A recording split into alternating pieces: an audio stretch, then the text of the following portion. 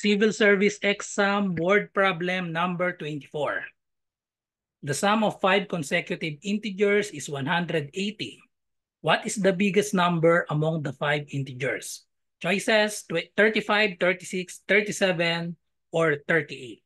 Okay, so ang question na ito ay nanggaling sa FB group na Civil Service Exam 2023 Community, pinadala ni Estehanon Kami. Okay, so meron tayong shortcut para dito sa consecutive integers pag given yung sum, pero sasagutan natin ito ng dalawang way, yung gagamit tayo ng algebra, and yung pangalawa naman yung shortcut. Okay? So syempre bago kasi yung shortcut, kailangan alam niyo yung concept. Okay?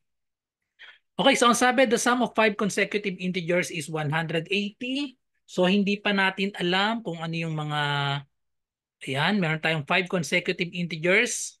So hindi natin alam yung 5 consecutive integers, so mag-a-assign tayo ng variable para doon. Okay? So ang sum daw nila ay 180. So ilalet natin yung mga integers natin, 5 consecutive integers as x, and then x plus 1, x plus 2, x plus 3, x plus 4, and then x plus 5. Okay? So bakit 1, 2, 3, 4, 5? Hindi na pala kasama ang plus 5 kasi 5 lang. Yung first natin, itong x, consecutive kasi siya kaya x plus 1. Okay? Mas madami siya ng isa dito sa first natin. Okay, so ito yung second. Siyempre, ang third natin, mas madami ng dalawa dito sa first kaya x plus 2. And then yung fourth natin, x plus 3. And then ang fifth number natin ay x plus 5. Okay, so sabi ang sum daw nila ay 180. So ang hinahanap natin, what is the biggest number among the 5 integers? Okay, so ang hinahanap natin, itong biggest number, itong fifth number natin. So buuin lang natin ang equation. Ang equation natin, i-add lang natin itong 5 numbers na ito. So sabi, the sum of the 5 consecutive integers is 180.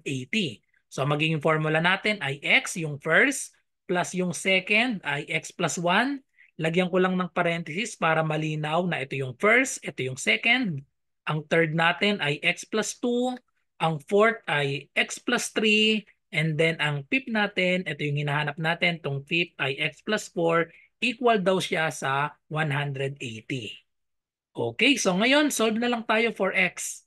Solve for x, i-add natin ito. Meron tayong ilang x dyan? 1, 2, 3, 4, 5. So i-add lang natin yung 5x na yan. So 5x, so syempre that is equal to 5x. Tapos i-add natin itong mga numbers. We have 1 plus 2 plus 3 plus 4. That is equal to positive 10. Equals 180. So solve for x, subtract 10 to both sides. Therefore, we have 5x is equal to 180 minus 10, that is equal to 170.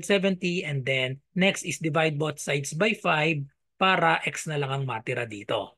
Okay, so therefore x is equal to, so kung alam niyo yung shortcut para dito, kapag nagdi-divide tayo sa, or nagmo-multiply pala sa 5 yung may shortcut. So pag-divide sa 5, so pwede i-ano lang natin ito. So okay, i-manual na lang natin. 170 divided by 5, that is equal to, tingin lang kayo sa choices. So lahat sila line of 3. So ayan, so 3 times 5, you have 15. Subtract this, 17 minus 15, we have 2, bring down 0. 20 divided by 5, you have 4. Times 5, 20, so remainder 0. So therefore, ang first number natin ay 34. Okay, so 34 ang first number natin.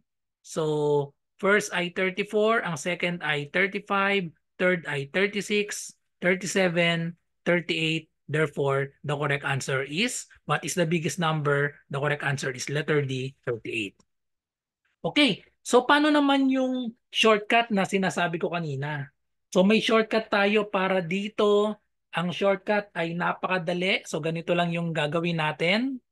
Ibahin ko lang ng kulay para makita nyo. So ang technique kapag meron tayong sum of consecutive, ayan, sum of consecutive integers, given yung sum nila 180, i-divide lang natin yan sa, i-divide lang natin kung ilan yung consecutive numbers. So we have 5.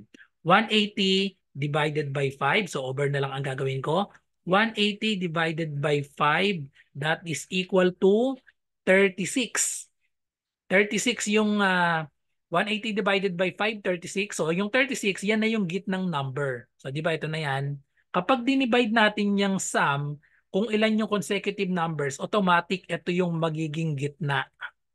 Okay, so yan yung magiging gitna, 36. So alam na natin yung mga susunod na numbers natin, 35, 34, 37, 38. Ang hinahanap natin ay 38.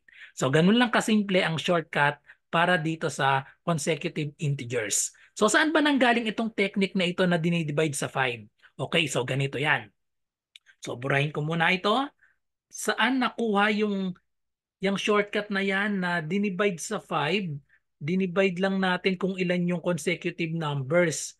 Parehas din yan, dito yan ang galing. Pero imbis na x plus, imbis na yung x natin ay yung smallest number, ang x natin dito is smallest number, ang gagawin nating x dyan ay yung middle number.